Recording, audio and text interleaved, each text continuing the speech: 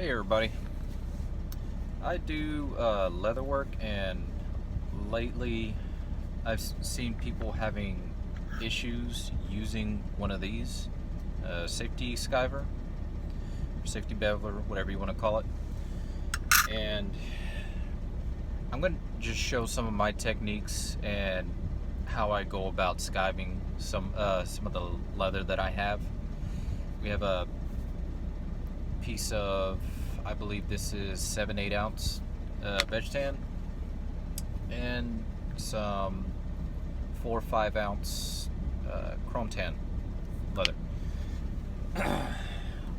One thing I want to start off with doing is just showing how safely to take out one of these knives and then replace it. So with a small flathead screwdriver, what I do is I start at the top of the blade, push it down.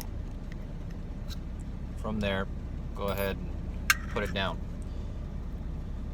And the knife, make sure you clean that so that way you don't have really any issue of getting inside the new blade. The new one, put it face down and try to butt up the back end up against the back rim here that the blade is going to go into. Push it up as much as you can without touching the bladed edge, as far as you can with your finger to go ahead and get it started, and then follow it with the your screwdriver and push it all the way till it's completely seated. Now I'm good to go. Get that blade out of the way. I'm gonna start off with the veg tan because it's harder to go through. One thing that I've learned from watching YouTube videos, go check out Don Gonzalez. He's a saddle maker and an amazing teacher just from YouTube. He's really good. One thing that I learned is wet your leather. As far as vegetable tan leather goes, it'll be a lot easier on your blade. It'll keep it from wearing so quickly. So I'm gonna go ahead and do.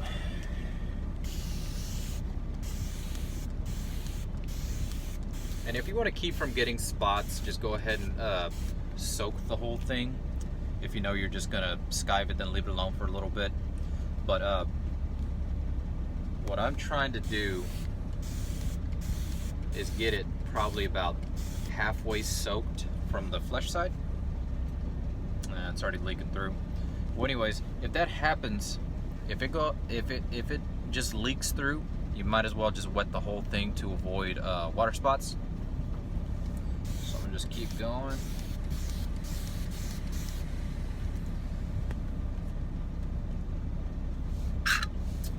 From here, this is where people have issue. What they'll do is they'll just be skipping on top, sliding. A lot of the issue, what I've found, is just the leather, as far as the fuzzy top end of the flesh, that just needs to be kind of scraped away until you go ahead and bite down. And let's see if I can. From here, what I've been helping out people to do is this front edge that's in front of the blade, because the blade's down here, the front. What I do is I use that as a lever point, and the further I go down, the I know I'm gonna get down to the leather, and you just use it as far as the knife goes, however is comfortable for you. So that's what I do when I start, when I know I'm about to go ahead and take off a good amount of leather. So I'll go ahead and put the front edge down. This leather is behaving really, really well. Well, most times it will with when it's wet.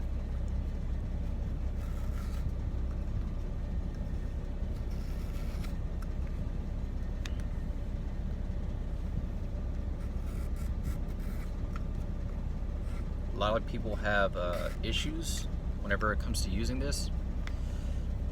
and I've been working learning how to use this one for about a good 6-7 months. Alright, right here, I don't know if you could see, there are little peaks and valleys. So what I do to level that out, I want to take smaller bites. But when I take smaller bites, what I'll do is I'll ride the back end of the knife. So where the edge is, on the back of there. So I'll ride the back, and then I'll start to lean it forward until it starts to bite. And I'll start taking off smaller pieces until I see that it's good, nice, and level. And if I want to take even smaller bites and just see, like right here, until it gets to right here, it comes up to a ridge. If I want to just soften it up, what I'll end up doing is keeping my arm stiff and just kind of pivoting my wrist back and forth to get some small bites. And I'll do that in combination with riding the back side of the beveler and leaning it forward. So this helps a lot with just blending in from where you just skived to the regular thickness of the leather. This mostly helps with belt bends.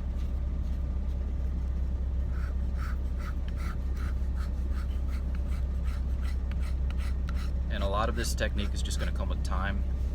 Like I said, it took me 6, 7, probably 8 months to actually get this down to where I feel confident enough to, you know, just tell anybody, hey, I know how to use a skiver.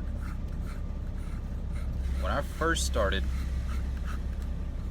I was telling one of my buddies, I don't see how in the hell all these old saddle makers and leather makers, these craftsmen, they make it look so friggin' easy. It just pissed me off to where I was yelling at the screen, and I couldn't handle it anymore. I got so mad that I wanted to throw it away, but I'm glad I didn't. I picked it back up, and it's my favorite skiving tool. I use it for anything and everything. So yeah, it does. You see a lot of these videos, but I'm just gonna reiterate, just going up to the edge and go ahead and basically, whenever I'm skiving down an edge, what I'll do is I'll bite down into it, and then I'll let it sink down as far as I want it, and then I'll turn it to try and make the knife parallel with the tooling slab. And once I get it to that point, I hold down the leather, get your hand and your knife stable, and then just pull. It'll get you a nice level cut.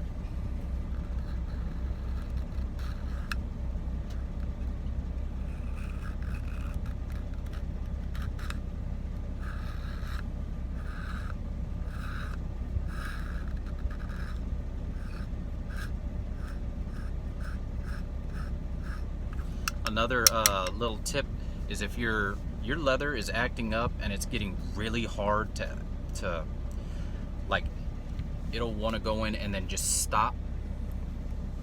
Like, it'll just dig in and just stop, and you're just trying to pull and yank.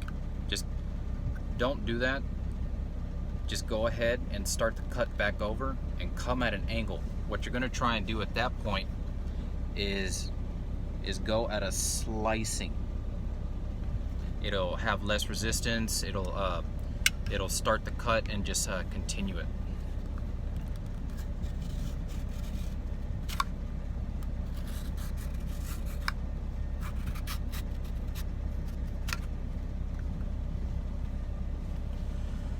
Yeah, so that's the vegetable tan leather. I'm just gonna go over the oil tan because I do, or the chrome tan because I do a lot of chrome tan stuff.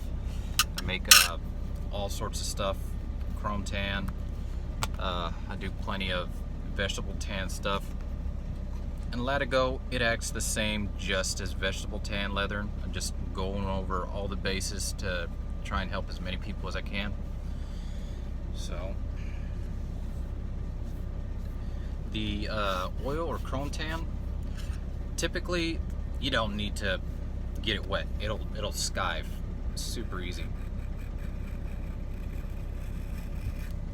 And the same principles, what I said with the vegetable tan leather, with tipping from front to back or back to front, the same thing. So let's, there we go. Oop.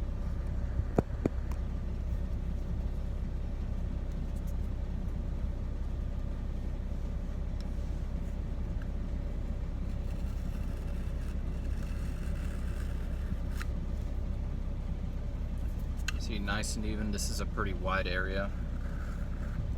And if you're going out to the edge, one small thing, if you're going out to the edge, because there's just a little bit you need to take off, going along the edge, just almost let the beveler ride, and you'll notice that the little strip that you needed to take off right at the edge that you might have missed, it'll come right off. Just let the beveler ride it. Don't dig down or do any of the tipping stuff. Just go ahead and put it face down, flat, and then just let the beveler ride. It'll take off a small amount.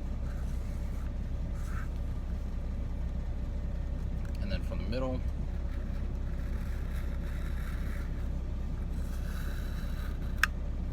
and over time, you'll learn these movements. It'll be a learned action, and you'll have those motor skills. This helps out a lot of people. What I feel as far as belt bends go, whenever people are just barely starting, they're having issue with thinning that out because they have a head knife, or they have the super skiver, which I honestly can't stand. I do everything. Like, once I really found out how to use this tool, I got rid of all my skiving knives but one, which is a Japanese skiving knife. That's put up. But yeah, I hope this video has been helpful. If there's any questions, you can reach me however you want to. I'm gonna upload this video to YouTube, and then I'm gonna upload it onto a couple of leather crafting groups that I'm in, because I remember when I started out, they helped me out a lot, and one of them in particular, he urged me to do this because he felt I was pretty thorough, and he's been doing leather a lot longer than I have. And yeah, I just hope I help out. So I hope you like the information, any techniques. I don't really know how to use this super skiver, because I just kind of gave up on it after I split a couple pieces and just went right through. But this one, yeah, it took me a good while, because no one really went into depth as far as the techniques and how to hold it. As far as how I hold it,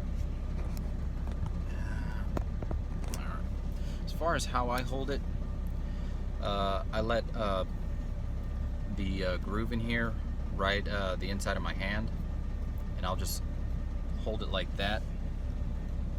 And to be a little more precise, what I'll do is I'll just back my hand up, and basically I'm going to guide it with my first finger, just kind of going along.